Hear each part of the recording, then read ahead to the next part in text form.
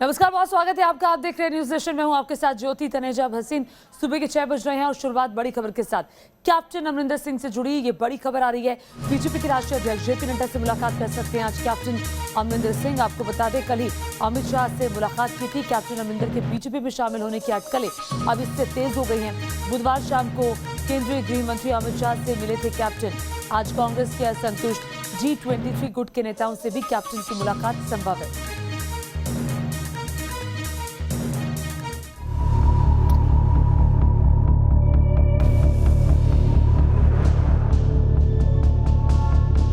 अब तक पंजाब में कांग्रेस के कैप्टन रहे अमरिंदर सिंह अपनी नई सियासी पारी की तैयारी कर रहे हैं। बुधवार शाम को कैप्टन जब केंद्रीय गृह मंत्री अमित शाह के घर पहुंचे तो कांग्रेस खेमे की बेचैनी बढ़ गई। दोनों के बीच करीब 45 मिनट तक मुलाकात चली। इस मुलाकात में क्या बात हुई इसका पूरा खुलासा तो नहीं हो सका, लेकिन अमरिंदर सिंह इस मुलाकात का मकसद कृषि कानूनों पर बातचीत करना बता रहे हैं। दिल्ली में केंद्रीय गृह मंत्री अमित शाह से मुलाकात हुई। कृषि कानूनों के खिलाफ लंबे समय से जारी किसानों के आंदोलन पर चर्चा की और इन कानूनों को रद्द करने और MSP की गारंटी देने के साथ इस मसले पर तत्काल हल करने का आग्रह किया।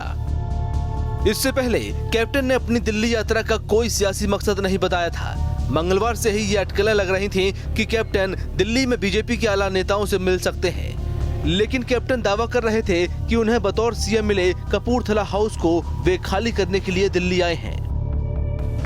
कोई मीटिंग नहीं है, कुछ नहीं है। आप ऐसे ही स्पेकुलेशन कर रहे हैं। कोई चैनल कुछ बताता है, कोई कुछ बताता है। I have to go for some work which I am going for.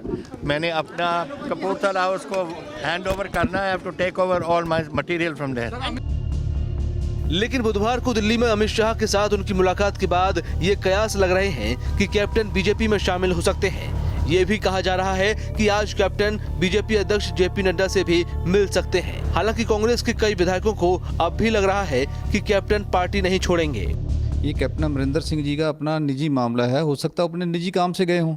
कल भी उन्होंने ये बात कही थी। वो बड़े सीनियर लीडर हैं और वो जैसे वो कह रहे थे कि मैं कपूरथला हाउस जा रहा हूँ और अपना घर खाली करने के लिए जा रहा हूँ। उन्होंने बड़ा साफ साफ कहा और क्रिस्टल क्लियर बात की उन्होंने। अगर आज उनसे मिलने चले गए तो क्या बात हो गई? कोई खास बात नहीं है। उनका निजी मामला भी तो हो सकता है ना, हम इसको उस तरीके से मत देखें। लेकिन कैप्टन की राजनीति के जानकार मानते हैं कि बतौर CM उनके मोदी सरकार के साथ काफी अच्छे रिश्ते थे। अगर कैप्टन बीजेपी में शामिल होते हैं तो उनका पहला काम कृषि कानूनों को वापस कराने का रहेगा।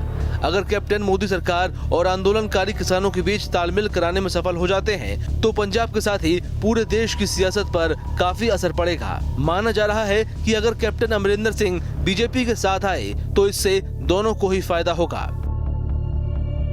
अमरिंदर को मिलेगा बड़ी पार्टी का बैकअप, वहीं बीजेपी को पंजाब में मिलेगा बड़ा चेहरा। अमरिंदर पंजाब में कांग्रेस को कमजोर करने में मदद करेंगे तो बीजेपी को अमरिंदर से पंजाब में पैर जमाने में मदद मिलेगी।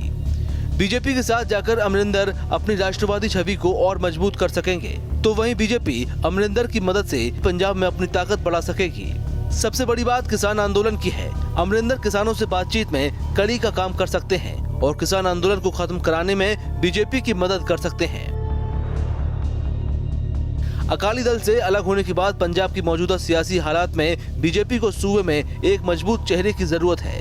वहीं अमरिंदर सिंह को भी अपनी सियासत चलाने के लिए किसी बड़ी पार्टी की जरूरत है। ऐसे में अगर कैप्टन अमरिंदर सिंह बीजेपी में शामिल होते हैं तो पंजाब में बीजेपी की ताकत बढ़ जाएगी। सूबे में अकेले अपने बल पर खड़ी हो पाएगी बीजेपी, क्योंकि अभी तक बीजेपी पंजाब में जूनियर पार्टी की भूमिका में रही है। अमरिंदर के आने से पंजाब में बीजेपी की हिंदू पार्टी की छवि भी बदलेगी।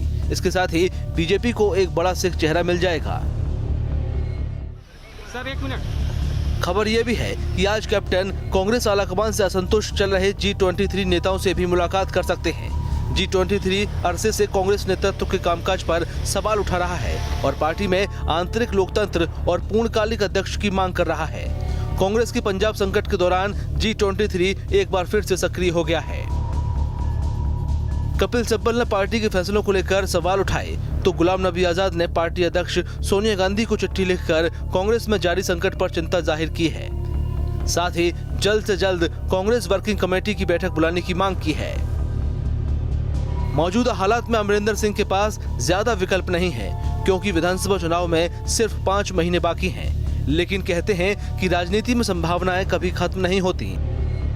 ऐसे में आने वाले दिनों में कैप्टन अमरिंदर सिंह क्या कदम उठाते हैं, इस पर सबकी नजरें टिकी रहने वाली हैं।